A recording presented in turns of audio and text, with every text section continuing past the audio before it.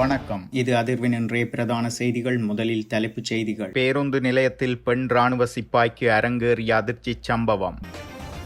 வெளிநாட்டிலிருந்து இலங்கை திரும்பிய தம்பதி, மனைவியின் இறுதிச் சடங்கில் உயிரிழந்த கணவன். 2028ஆம் ஆண்டிற்குள் அரசாங்கத்தின் நோக்கம் இதுவே, வெளிப்படுத்திய அமைச்சர். இலங்கையில் பலரின் கவனத்தை ஈர்த்துள்ள பிரித்தானிய நாட்டவரின் செயல். நிதியமைச்சின் முன்னாள் செயலாளரும் முன்னாள் பிரதமரின் மூத்த ஆலோசகருமான சரித ரத்வத்தே கைது. காரணம் என்ன? செல்வம் அடைக்கலநாதன் எம்பியின் வாகனத்தில் திடீர் தீப்பரம்பல். யாழில் போலீசாரின் அதிரடியில் சிக்கிய பலர், முடுக்கிவிடப்படும் விசாரணை. ஆரம்பமாக உள்ள உயர்தர பரீட்சை இன்று நள்ளிரவு முதல் விதிக்கப்படும் தடை.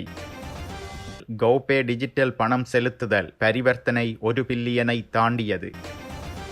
மீண்டும் அதிகரிக்கும் வாட்ஸ்அப் மோசடிகள், செய்ய வேண்டியது என்ன?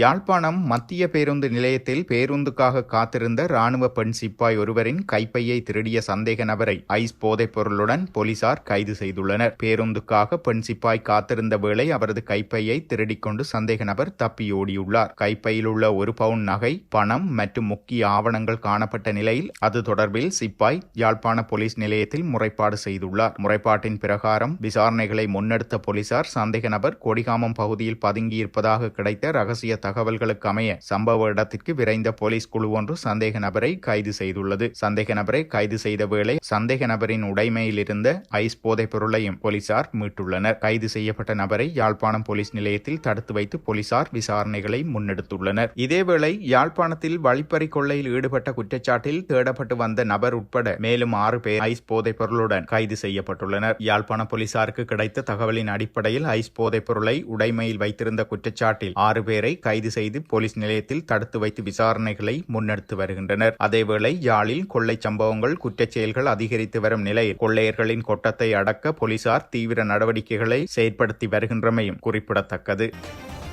கேகாலை பகுதியில் மனைவியின் இறுதிச் சடங்கின் போது கணவர் உயிரிழந்துள்ள சம்பவம் அந்த பகுதி மக்களை சோகத்தில் ஆழ்த்தியுள்ளது. 77 வயதான குணதாச அதிகாரி ஆராய்ச்சி என்ற கேகாலை புனித மேரி பெண்கள் கல்லூரியின் ஆசிரியரும் 76 வயதான தலதா விஜயரத்ன என்ற எழுத்தாளருமே இவ்வாறு உயிரிழந்துள்ளனர். இருவரும் இளம் வயதில் காதலித்து திருமணம் செய்து கொண்டதாகவும் அந்த நிலையில் 2 பிள்ளைகளுடன் இந்த தம்பதி ஆஸ்திரேலியாவில் வாழ்ந்து வந்திருந்தனர். மனைவியின் உடல்நிலை பாதிப்பு காரணமாக இருவரும் இலங்கைக்கு திரும்பியிருந்தனர். எனினும் கடந்த 31ஆம் தேதி மனைவி உயிரிழந்துள்ளார். 2ஆம் தேதி மாலை அவரது உடல் தகனம் செய்யப்பட்ட போது கணவருக்கு திடீரென உடல் சுகவீனம் ஏற்பட்டுள்ளது. மனைவியின் பிரிவால் ஏற்பட்ட உடல்நலக் குறைவு காரணமாக மதச் சடங்குகளை முடித்துவிட்டு தகனத்திற்கு செல்லாமல் வீடு திரும்பியிருந்தார். அவரது மனைவியின் உடல் தீயில் எரிந்து கொண்டிருந்த போது திடீர் மாரடைப்பு காரணமாக கணவரும் உயிரிழந்துள்ளார். அவரது இறுதிச் சடங்கு நேற்று காலை நடைபெற்றுள்ளது. நிதி அமைச்சின் முன்னாள் செயலாளரும் முன்னாள் பிரதமரின் மூத்த ஆலோசகருமான சரித ரத்வத்தே கைது செய்யப்பட்டுள்ளார். கையூட்டல் மற்றும் ஊழல் ஒழிப்பு ஆணைக்குழுவால் அவர் கைது செய்யப்பட்டுள்ளார். 2015ஆம் ஆண்டில் இலங்கை அரச வர்த்தக கூட்டுத்தாபனம் மூலம் ரூபாய் 90 மில்லியனுக்கும் அதிகமான செலவில் இறக்குமதி செய்யப்பட்டதாக கூறப்படும் 50 தற்காலிக கிடங்குகளை கொள்வனவு செய்தமை தொடர்பாக விசாரணைகளுக்காகவே அவர் கைது செய்யப்பட்டுள்ளார்.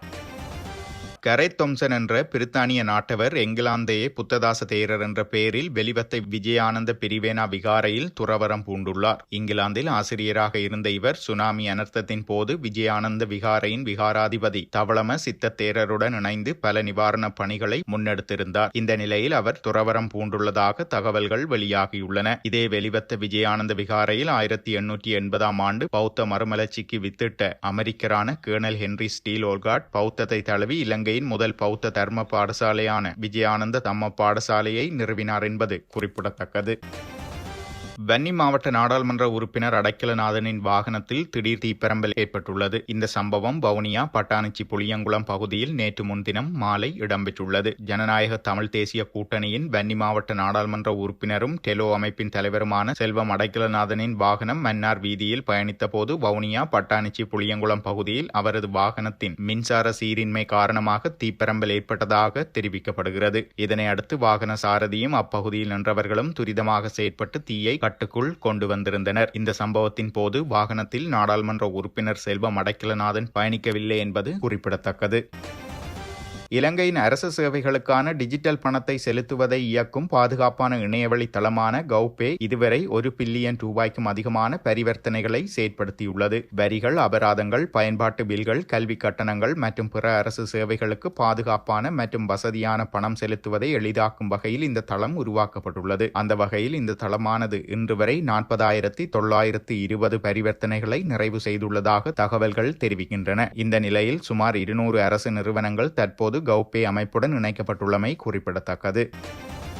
2028ஆம் ஆண்டிற்குள் இலங்கை முழுமையான உணவு தன்னிறைவை அடைவதை நோக்கி அரசாங்கம் செயற்பட்டு வருவதாக விவசாயம், காணி மற்றும் நீர்ப்பாசன அமைச்சர் KD லால்காந்த குறிப்பிட்டுள்ளார். கீரி சம்பா போன்ற அரிசி வகைகளின் இறக்குமதியை முடிவுக்கு கொண்டு வர வேண்டும் என வலியுறுத்திய அவர், உள்ளூர் தேவையை பூர்த்தி செய்ய விவசாயிகள் தமது பயிர்ச்செய்கையை விஸ்தரிக்க வேண்டும் எனவும் கேட்டுக் கொண்டுள்ளார். சில அரிசி வகைகளின் உள்நாட்டு உற்பத்தி இன்னமும் போதுமானதாக இல்லை என்பதை சுட்டிக்காட்டிய அவர், தற்போது அரசாங்கம் பொருளாதாரத்தை மீண்டும் கட்டியெழுப்புதல், ஊழலை ஒழித்தல் மற்றும் நிலைபெறான தேசிய அபிவிருத்திக்கான மூலக்கல்லான விவசாயத்தை வலுப்படுத்துதல் ஆகியவற்றிற்கு முன்னுரிமை அளித்து வருவதாகவும் அமைச்சர் தெரிவித்துள்ளார். வாரிமிகிம அபய உரிமைய திட்டத்தின் கீழ் மட்டக்களப்பு நவகிரி ஆற்றில் $45 மில்லியன் செலவில் நிர்மாணிக்கப்பட்ட புதிய நீர் கட்டுப்பாட்டு அமைப்பை திறந்து வைக்கும் நிகழ்வில் உரையாற்றும் போதே அவர் இதனை குறிப்பிட்டுள்ளார்.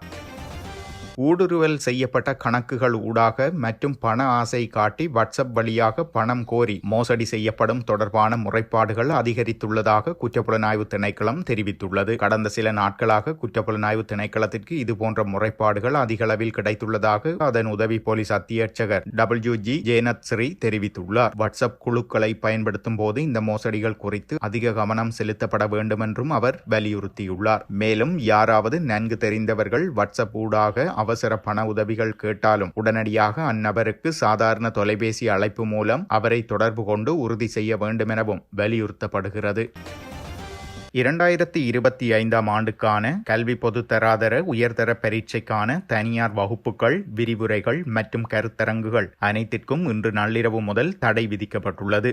அதன்படி பரீட்சைகள் நிறைவடையும் வரை குறித்த தடை நடைமுறையில் இருக்கும் என்று பரீட்சைகள் திணைக்களம் அறிவித்துள்ளது. 2025ஆம் ஆண்டுக்கான உயர்தர பரீட்சை எதிர்வரும் 10ஆம் தேதி ஆரம்பமாகி டிசம்பர் மாதம் 5ஆம் தேதி வரை நடத்தப்பட உள்ளது. இந்த முறை நாடு முழுவதும் 2362 பரீட்சை நிலையங்களில் 3,40,525 மாணவர்கள் இந்த பரீட்சைக்கு தோற்றவுள்ளதாக தெரிவிக்கப்படுகிறது. இதேவேளை உயர்தர பரீட்சைக்கு மாணவர்கள் அமைதியாக முகங்கொடுக்க தேவையான சூழலை அமைத்து கொடுக்குமாறு பெற்றோர்களிடம் கோரிக்கை விடுப்பதாக பரீட்சைகள் ஆணையாளர் நாயகம் AKS இந்திகா குமாரி லியனகே தெரிவித்துள்ளார். அத்துடன் மாணவர்களை நல்ல மனநிலையுடன் பாடசாலைக்கு தயார்படுத்துமாறும் வலியுறுத்திய அவர், மாணவர்கள் தமக்கு வழங்கப்பட்டுள்ள நேர அட்டவணைக்கு அமைய பரீட்சைக்கு நன்கு தயாராகுமாறும் அவர் குறிப்பிட்டுள்ளார். மேலும் பரீட்சைக்கான அனுமதி அட்டைகள் கிடைக்கப்பெறாதவர்கள் இலங்கை பரீட்சை திணைக்களத்தின் உத்தியோகபூர்வ இணையதளத்திற்கு சென்று அதனை பெற்றுக்கொள்ள முடியும் எனவும் தெரிவிக்கப்பட்டுள்ளமை குறிப்பிடத்தக்கது. இத்துடன் செய்திகள் நிறைவடைகின்றன. மறக்காமல் அதிர்வு சேனலை லைக் மற்றும் சப்ஸ்கிரைப் செய்து கொள்ளுங்கள்.